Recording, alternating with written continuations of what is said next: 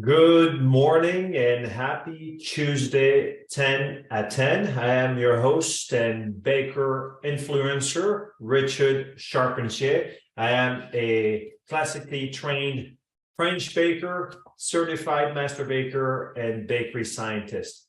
And today we answer questions sent every Tuesday, sent from the bakers, answered by yours truly, Richard Charpentier. So let's get started. Our first question of the day is regarding what is the typical shelf life of artisan breads. So how do we define artisan breads? Artisan breads are usually made in a retail shop by a baker and making a daily production.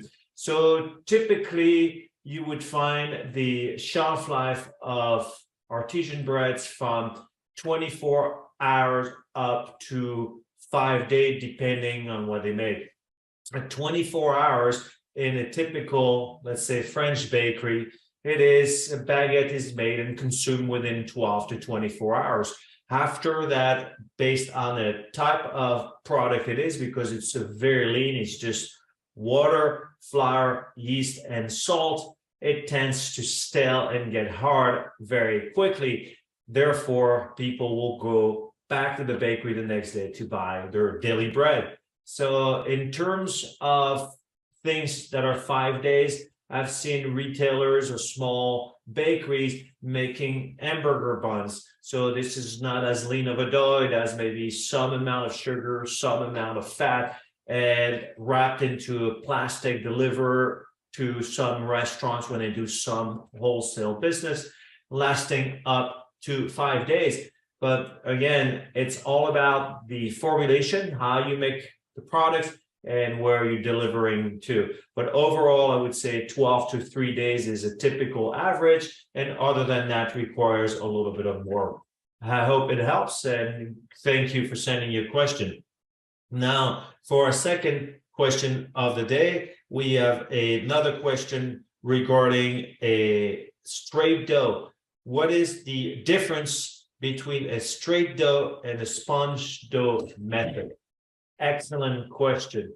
On the straight dough process, as the name says, it basically taking all of the ingredients together, mixing it, making a dough, and using the dough right away to make a bread. There's no pre-fermentation happening in a straight dough process. It's usually time savings and you get a result of a bread much faster. As with a sponge and dough method, you make a prior dough, let it ferment from 3 to 4 hours, and typically in a controlled environment around 80 degrees Celsius.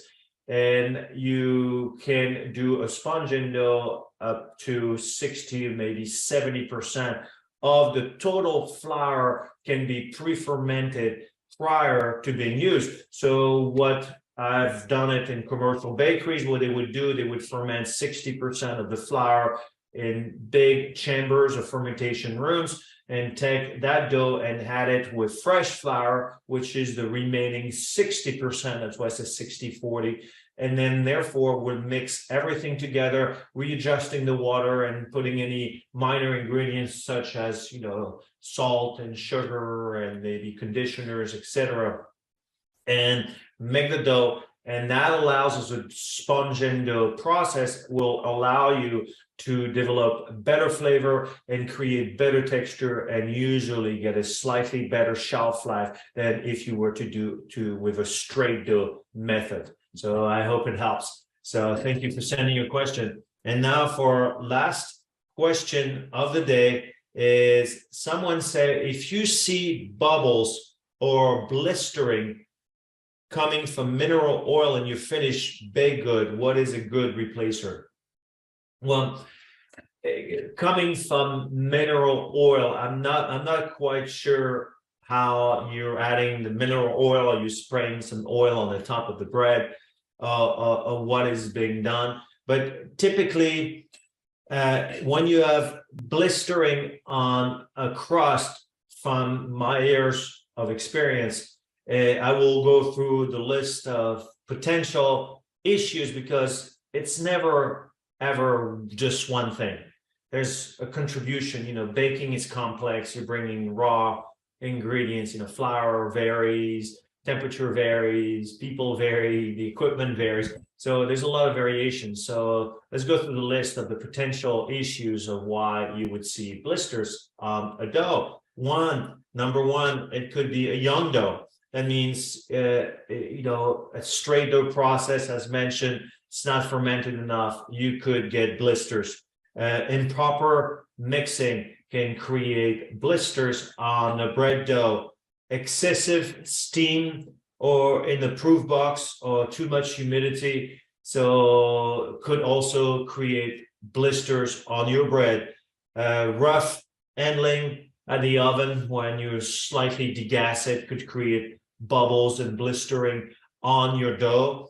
A poor molding at the table when it's not set up properly, you could also create some blistering.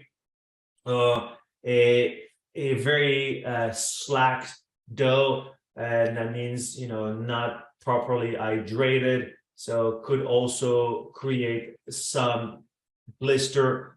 And too much heat in the oven could create that, or as seen in with a lot of a sourdough or San Francisco style, when you do very long fermentation at a colder temperature, the CO2 being released will create those little blistering, usually as a sign of very long cold temperature fermentations. So that is it for today, my friends. So I will see you next week for another episode of Tuesday 10 at 10, and happy baking. Take care.